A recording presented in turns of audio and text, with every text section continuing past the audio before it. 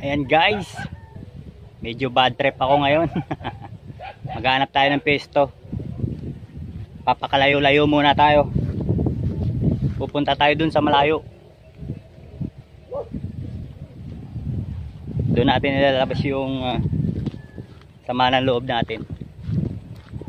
Lalakad muna tayo. Ayan, nakikita nyo yung dala-dala ko.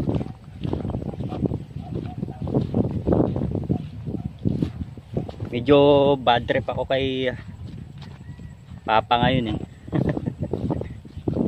Bumabalik na naman yung ugali niya.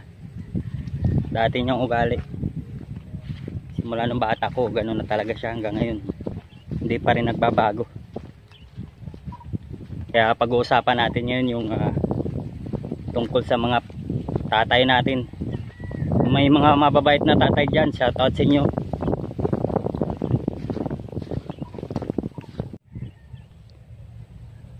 Ayun yung bahay namin, yan. Hanap muna ako ng pwesto dito. Doon tayo pupunta. May niyog na yun doon. Mas maganda pumwesto doon. Walang storbo. Masarap mag-inom mag-isa. Kaysa sa may mga kainuman na magugulo at may ingay. Lalong lalo na pag maoy yung mga kainuman mo. Makakakita ka lang ng away. Ganito yung bahay namin dito, yan. Solo lang yan pero magulo minsan, magulo. Naka social distancing mga bahay dito, yan yung iba. Tapos yun, sa likod doon, sa likod ng tubuan, may mga bahay din yan doon. Literal naka social distancing yung bahay namin dito. Kaya walang virus sa amin.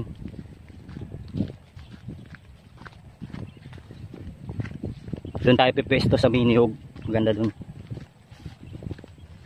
Pag-usapan natin yung tungkol sa mga tatay natin ng mga bababait. Pagtulog.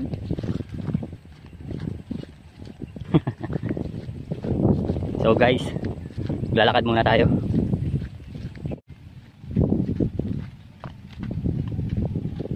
Ay.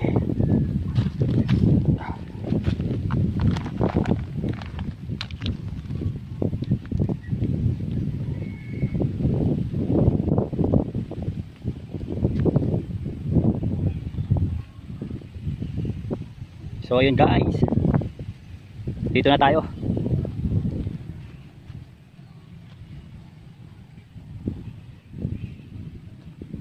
Pepesto muna natin yung camera natin.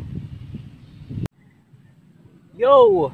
So ayun na nga, pag-uusapan natin yung kung bakit bad trip ako ngayon. Pero bagong lahat, bubuksan muna natin to para mas maganda yung usapan natin.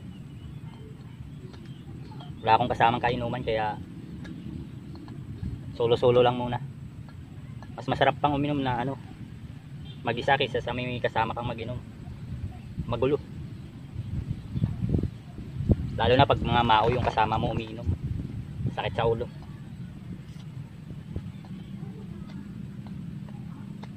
Yun lang. Ayaw mabuksa.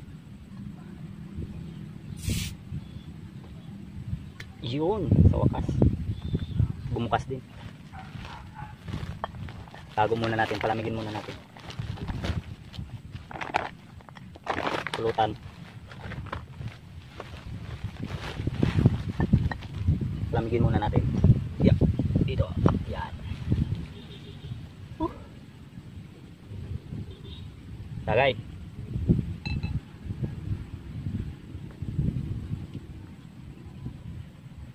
Shoutout sa mga makamigo mo, tropa dyan. Shoutout sa inyo.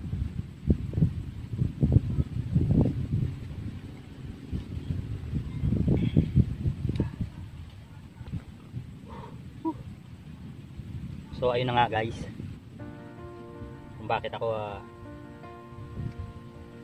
umalis doon sa bahay namin, kasi medyo bad trip ako kay Papa. Simula kahapon nagiinom na siya, maaga pa lang hanggang gabi.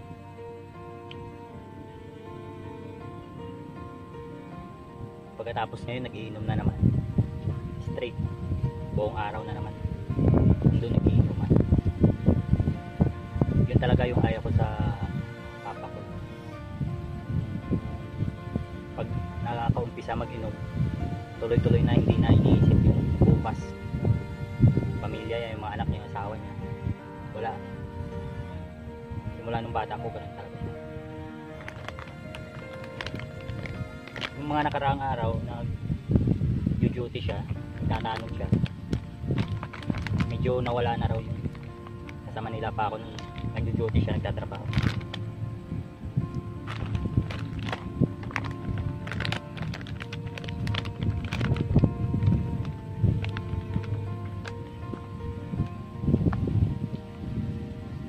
Ngayon lang yan ulit bumalik. Nakungulit na naman yung ugali niya na hindi maganda.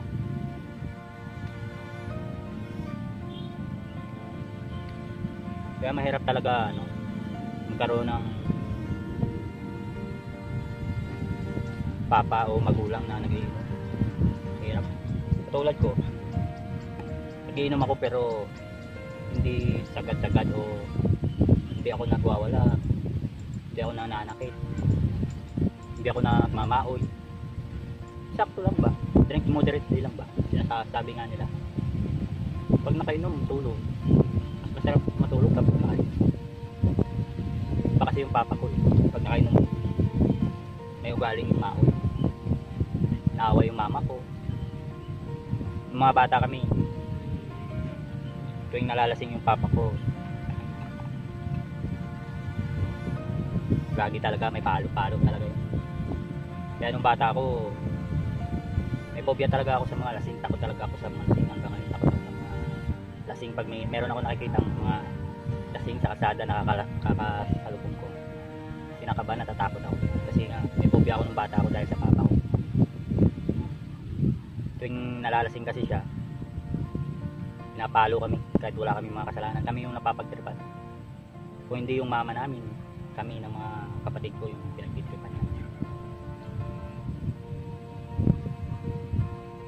Matanda na yung papa ko kasi mahirap pagsabihan yung mga magulang. Kasi pag sinabihan mo sila, mag-aaway lang kayo. Pag tinuruan mo, sasabihin, mas marunong pa tayo sa kanila, mag-aaway pa kayo, di ba?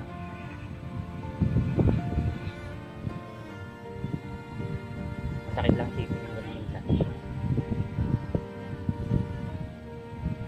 Akala ko kasi talaga nagbago yung papa ko.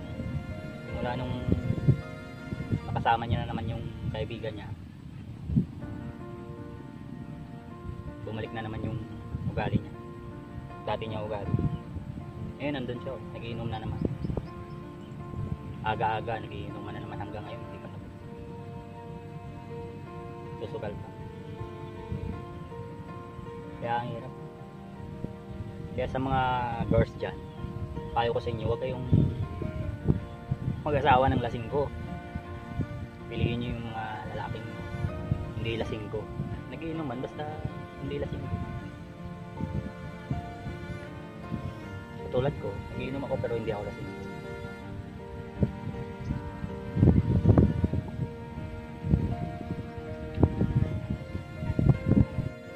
Tsaka payo ko lang pala dyan sa mga tropa nating umiinom tulad ko,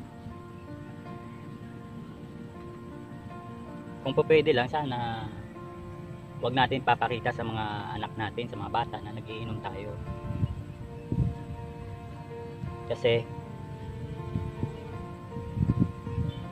yung nakikita nila sa mga matatanda, tama yun sa paningin nila. Lahat ng nakikita nila, walang mali doon sa mga nakikita ng mga bata, doon sa nakikita nila sa mga matatanda. Yung pag-iinom, pag nakikita nila yun,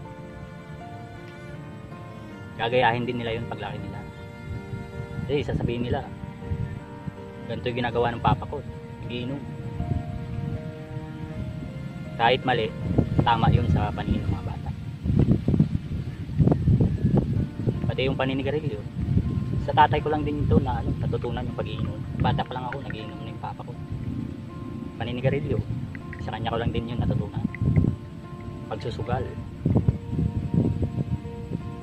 Kasi nung bata ako talagang parang wala lang, makainom lang sila. Nandyan yung mga anak nila, bali wala lang sa akin. Bata nga ako, nung bata ako, inutusan pa ako yun magsindi ng sigarilyo ng papa ko. So, sindihan mo doon. Eh, siyempre sindi din ako, bata ako. Inutusan ako. Eh, siyempre sa paningin ko, tama yung inuutos mo. Kasi ginagawa nila yun.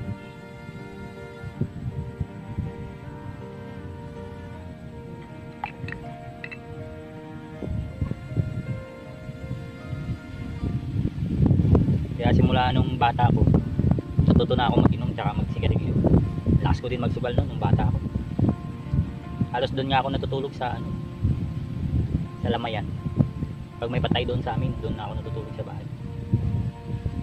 24 hours yun. Minsan nga doon ako natutulog sa ilalim ng ng kabaong.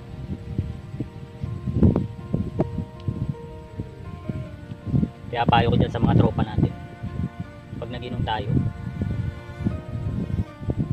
huwag natin papakita sa mga anak natin. Kung sakaling magkaanak ako, hindi ko ipapakita yun sa anak ko na umiinom ako tapos nagsisigarilya. Pero sa ngayon din ako nag-yoyosi.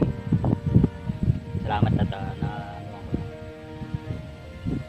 natigilan ko ng manigarilyo. Mag-iisang taon na rin na hindi na ako nag-yoyosi. Ito lang yung pag-iinom, bumalik lang ulit. Simula nung nagkasakit ako, bumalik lang ulit, hindi may iwasan talaga. Pero mild na lang. Padalawang bote lang okay. Yun yung tama talagang pag-iinom. Hindi masama ang pag-iinom, masama na talaga yung masobra.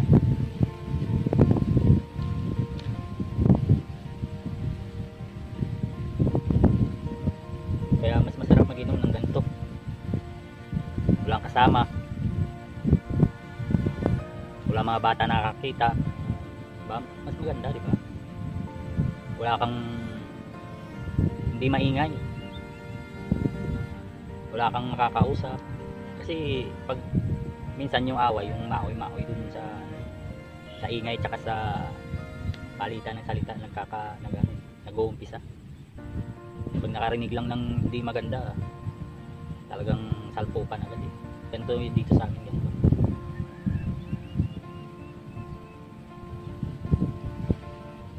Kaya sawa na ako, kaya mas gusto ko pang mag-inom na mag-isa. Mas natutuwa pa nga ako pag nag-iinuman tayo, yung pag nag-LS, yung mas maganda pang mag-inom na nag-LS. Pagkatapos mag-LS, tulugan agad, diba? Papagod na nga ako mag-inom, lalo pag may mga kasamang mao. Nakaka-bad trip lang. Bis na hindi ka makakita ng gulo, makakita ka lang ng gulo.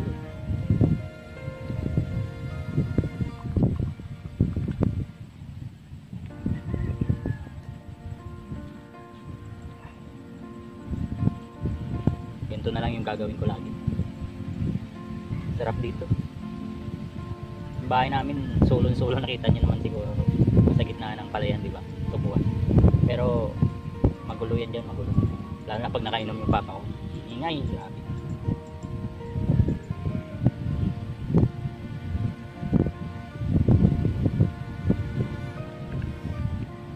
May ingay pa sa Manila.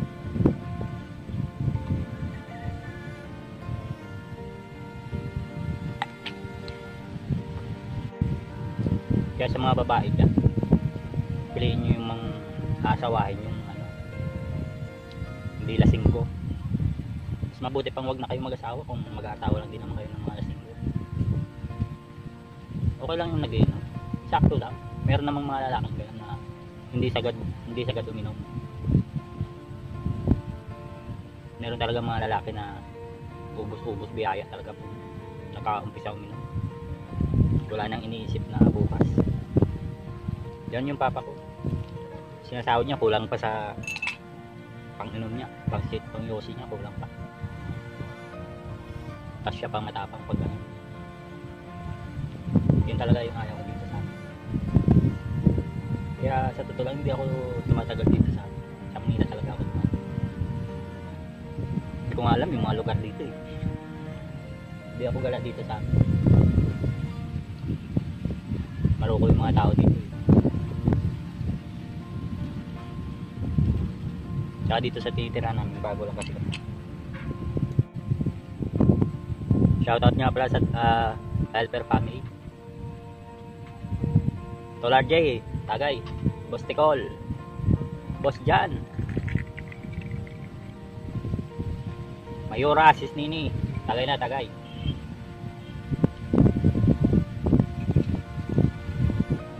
Oy, Idol, Michaela, welcome back pala sa'yo. Kamusta yung bakasyon, Idol? Ayos ba? Kailan ulit yung inuman session natin? Parang hindi na tayo nakakapag-inuman session na. Si Boss Ticol kasi na pinagbawalan ng 2 linggo nung ano niya. Alam niyo, mas gusto ko pa sa babae yung gano'n eh, yung nakokontrol nila yung lalaki. Pag sinabing bawal ka uminom, hindi ka talaga inom. Mas gusto ko yung gano'n. Sinusuway ako ng babae. Kunyari may mga show, may show tao ngayon, tapos susuwayin ako. Tuwan-tuwa ako na kapag ano, meron sumasayaw, susuway talaga. Papa ko hindi ganun.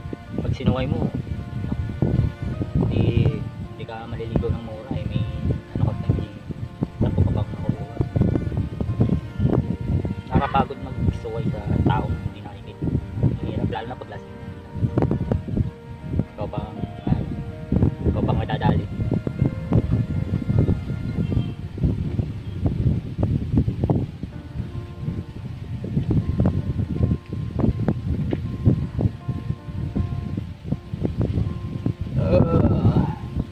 Sarap ng gantong feeling.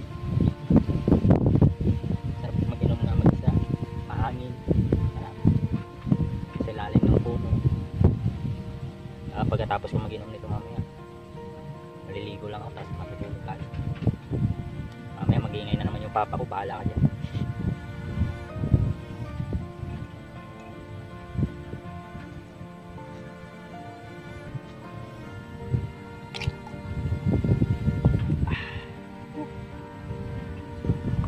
Balak mag-inom sana. Nakakapagod na talaga mag-inom. Kaso, hirap kasi kapag bad trip, ang sarap mag-inom talaga. Pag may natulog,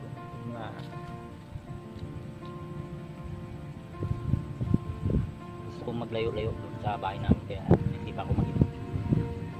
Bahala sila.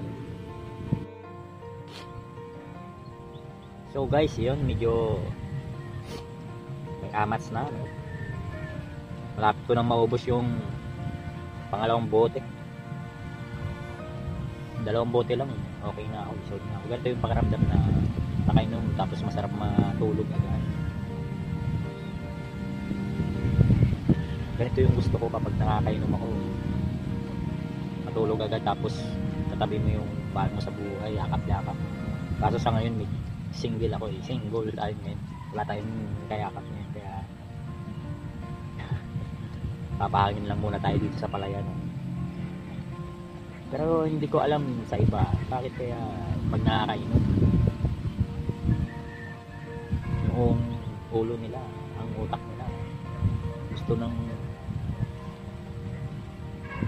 manggulo, gustong makipag-away, mga ganun ba, gusto magmaol. Hindi ko alam kung bakit. Pwede naman uminom na matulog pagkatapos.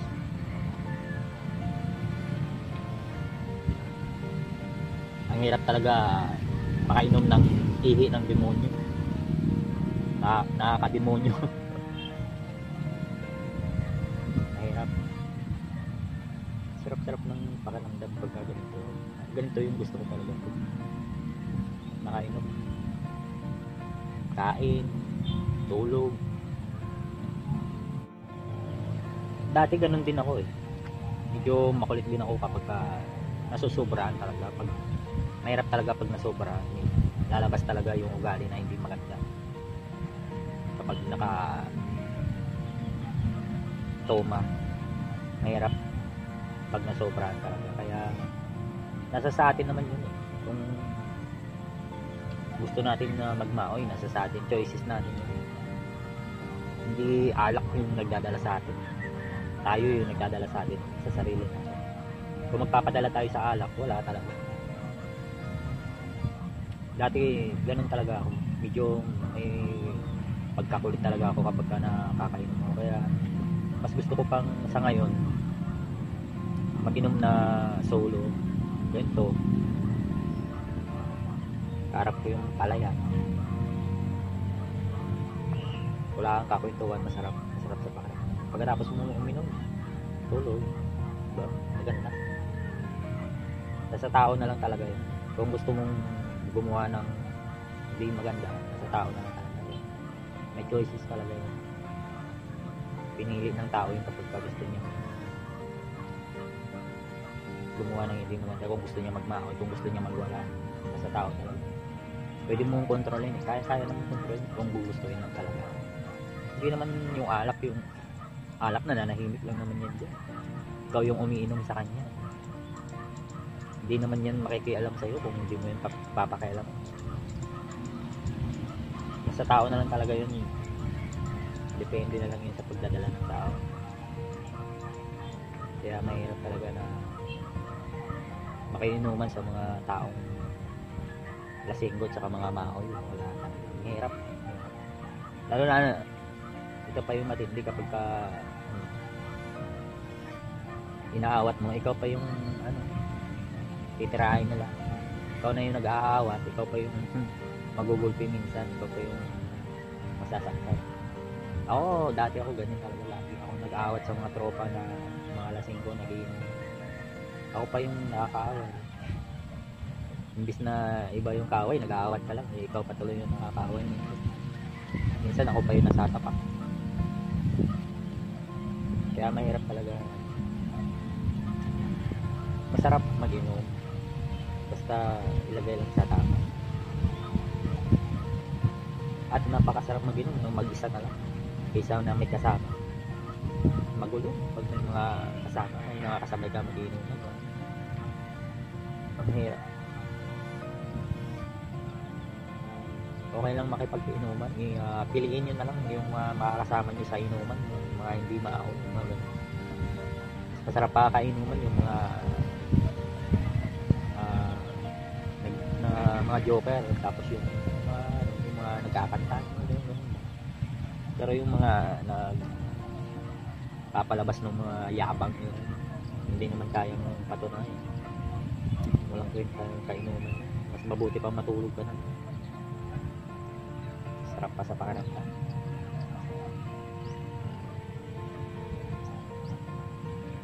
Shoutout muna sa mga tropa natin yan, Helper Family. Sa lahat ng Helper Family, maraming salamat sa inyo. Kay Madam Maria Monaco, Ate Jean Rich, maraming salamat. Kay Bunso Christine, salamat sa inyo. Kay Kosa Kapokers, Vince Kid, Lola, sana huwag ka na magpara. Wala ka namang dibdib.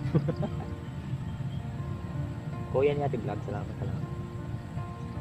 60 Wheels, mag-aantay lang ako sa iyo hanggang sa pag-uwi mo. Sino pa ba? Marami yata akong nakakalimutan. Nakalimutan mo. Basta sa lahat ng Helper Family, lahat lang. Shoutout sa inyo dyan. At sa mga Makamigo members, maraming salamat. Shoutout sa inyo. Sa lahat ng tatay ng mga mamababait, shoutout sa inyo. Maliban sa mga lasinggong tatay. Mabait yung tatay ko, pero pag nakainom, hindi maganda. Ang pangit ng ugali talaga pag nakainom. Nung bata ako, nag-iisip ako na gusto kong walain yung alak dito sa mundo, sa Pilipinas, sa buong. Pero hindi kaya. Yung droga nga, hindi kayang walain. Yan pang alak. Legal yung alak, yung droga. Illegal.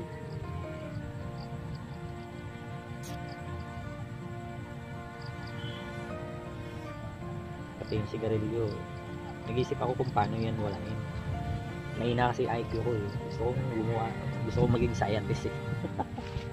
Para mawala yung alak tsaka yung yosi. Kaya minsan tinatanong ko yung gobyerno, bakit yung alak tsaka yung sigarilyo ginawa nilang legal, pero yung shabu hindi nila ginawang legal.